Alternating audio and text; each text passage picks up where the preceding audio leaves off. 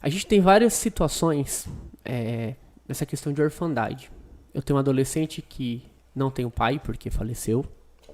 Eu tenho um adolescente que os pais são divorciados e não tenho tanto contato.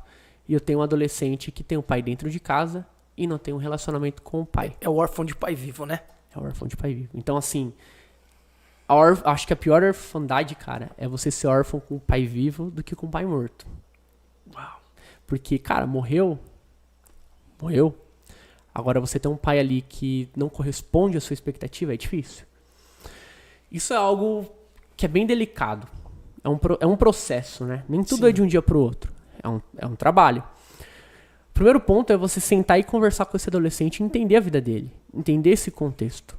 Sabe? Tipo assim, cara, você mora com quem? Como que você se relaciona com seus pais, com a sua mãe? E aqui eu já dou um ponto aqui. Nem tudo que o adolescente te fala é 100% verdade. Boa. Entendeu? Então ele pode te contar uma história terrível. Mas quando você vai ver, cara, não é 100% verdade o que ele tá falando. E ao mesmo tempo, nem tudo que o pai diz é 100% verdade. Porque cada um tá olhando pela sua perspectiva. Cada um tá interessado no seu eu. Entendeu? Então, é importante que você realmente tenha clareza do que tá acontecendo ali. Então, poxa, você vai sentar com um adolescente que ele tem um problema dentro de casa. O ponto ali você vai pôr o filho contra o pai? Não. Tem que tomar cuidado, Honra né? teu pai e tua mãe. Muito bom. Por mais que o seu pai não seja crente, por mais que o seu pai não vá na igreja, você tem que honrar seu pai, velho. Sim. A Bíblia Sim. a Bíblia não põe condições pra isso. Honre o teu pai e a tua mãe. Se seu pai for bom, você honra. Se não, não. Então o primeiro ponto ali que eu trabalho é o respeito. Muito bom. É a honra. Eu falo, cara, a gente entende o que você tem passado, a sua situação, mas o ponto aqui é você liberar o perdão.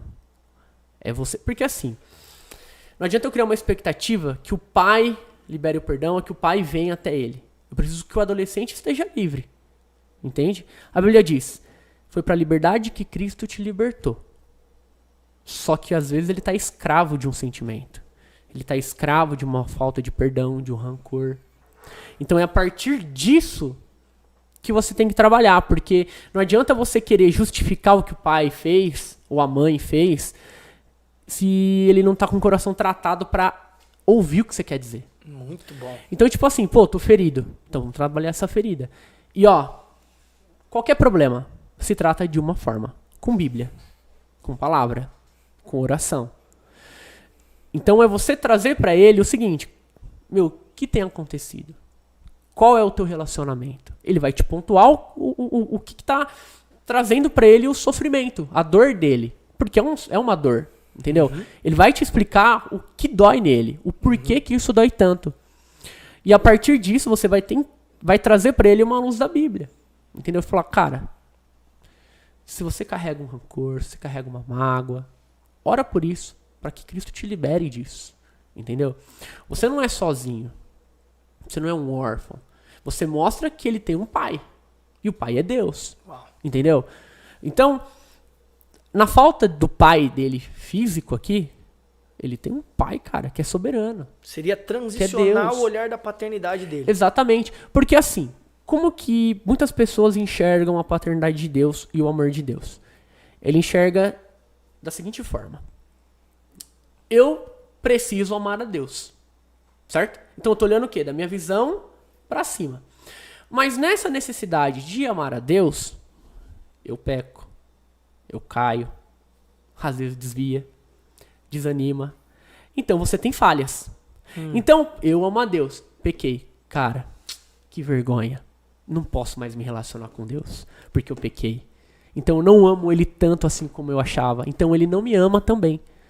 Isso é uma forma errada. Agora, quando você entende o seguinte: Deus me ama. Entendeu? Tipo, não é eu amo a Deus, mas Deus me ama. O amor dele é puro, o amor dele é gratuito, o amor dele não pede nada em troca, não tem falhas. Ele olha pra você e por mais que você caia, ele te ama. Então você se sustenta nesse amor, porque você não precisa ter um desempenho para fazer com que Deus te ame. Quando você tem o pai ali, um relacionamento ruim, você pensa, cara, preciso fazer algo pra ter um resultado, pra ter um desempenho, pra conseguir conquistar isso. Com Deus você não precisa ter o desempenho pra conquistar esse amor. Basta você crer. Se você crê que você tem um pai, você desfruta desse amor, entendeu? Então, dentro de casa, é a parada do... Primeiro, você tem que tratar o seu coração. Vai doer? Vai doer, cara. Tem como dizer, não vai doer? Não vai doer. Você vai ter dor? Vai ter dor. Vai chorar? Vai chorar. Mas você vai começar a entender que existe um Deus que é o seu pai. Você vai começar a entender, e eu gosto muito de trazer isso pra eles, que é o seguinte. Cara, qual que é a história do teu pai? Qual que é a história da sua mãe? Cada um tem um jeito. Às vezes o cara não teve um amor de pai e mãe. E o que ele recebeu, ele vai entregar. Entendeu? Então, tipo assim, não tinha costume de abraçar meu pai, por exemplo, o cara. Ele não vai ter esse costume de abraçar o filho. Então, ele vai repassar o que ele recebeu. Exatamente. Então, parte do entendimento. De entender, cara, mas qual é a história do meu pai? Será que ele se comporta assim porque ele acha que é a melhor forma de me mostrar que me ama? Entendi. É assim que ele aprendeu? É isso que ele tem pra oferecer? Você entendeu? O líder vai direcionando das duas visões, né? É, cara, porque assim, ele tem que entender que, primeiro, Deus é pai. Ele precisa entender que existe algo que tem que ser tratado dentro dele. E é importante que ele também tente entender o lado dos do pai pais. dele. Você entendeu? Pro líder não tomar cuidado pra não criar um rancor, né? Você não pode pôr, tipo, Mais um mágoa contra do o que outro. já tá, né, mano? Exatamente. Mas meu pai não fala comigo. Pô, cara, é verdade, hein? Liga pra Esquece isso ele, não. bloqueia. Você entendeu? Então, é um ponto muito delicado, Muito porque bom. você não pode desqualificar o que ele tá te falando, entendeu? Mas você também não pode colocar o pai e a mãe como alguém que ele não tem que honrar, sabe?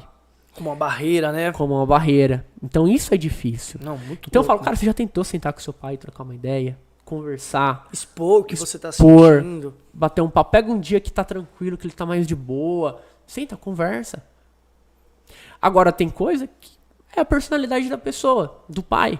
E aí ele precisa buscar entender o seguinte, que o coração dele tá em Deus. E aí ele vai precisar aprender a lidar com isso. É. Mas é uma questão de maturidade. Porque o pai também pode ter sido criado dessa forma, né? Um jeito mais ignorantão, mais Exatamente. chucrão, né? E às vezes não tem tanta culpa assim, ó. Mais uma